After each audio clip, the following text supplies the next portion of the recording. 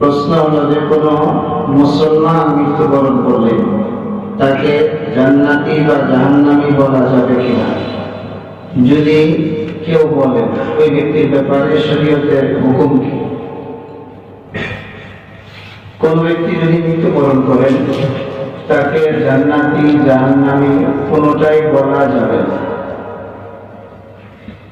আহলুস সুন্নাহ ওয়াল জামাতের আকীদা হলো নবী আলাইহিস সালাতু ওয়াস সালাম, রাসূলগণ এবং ওই সকল সাহাবায়ে কেরাম যাদের ব্যাপারে জান্নাতের সুসংবাদ আল্লাহ রাব্বুল আলামিন প্রদান করেছেন, তারা ব্যতীত অন্য কারো ব্যাপারে নিশ্চিতভাবে জান্নাতি কিংবা জাহান্নামী আমি বলতে পারবো না।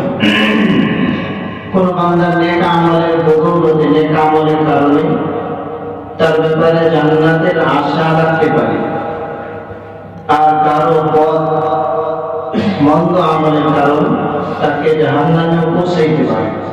সুনির্দিষ্টভাবে কোনো ব্যক্তিকে জান্নাতি কিংবা জাহান্নামী এই সাক্ষী আমি প্রদান করব না, যদি আমি এই বিশ্বাসের উপর থাকি, এই আকীদা যদি আমি পোষণ করি যে না এই সাক্ষ্য দেওয়া যাবে, তাহলে আমি আহলে বাতিল গোমরাহ ব্যক্তি হিসাবে শরীয়তে বিবেচিত হব। আল্লাহ রাব্বুল আলামিন আমাদেরকে হেফাজত করুন।